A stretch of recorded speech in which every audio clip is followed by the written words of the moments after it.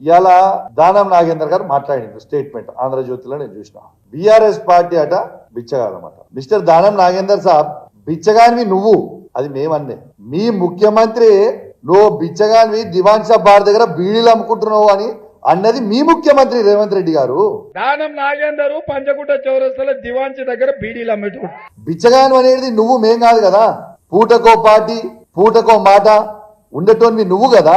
కాంగ్రెస్ పార్టీలో ఉన్నావు, దాని తర్వాత తెలుగుదేశం పార్టీ పోయినావు, దాని తర్వాత మళ్ళా కాంగ్రెస్ పార్టీకి వచ్చినావు, మళ్ళా తర్వాత మళ్ళా బీఆర్ఎస్ పార్టీకి వచ్చినావు, మళ్ళా కాంగ్రెస్ పార్టీ పోయినావు. You are named as a cheater of Hyderabad. నీకంటే పెద్ద చీటర్ ఈ ప్రపంచంలోనే లేడు.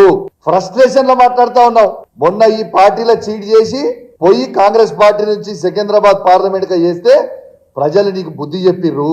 రేపు నువ్వు ఎమ్మెల్యేగా కాదు, మాజీ ఎమ్మెల్యేగా శాశ్వతంగా మిగిలిపోతావు.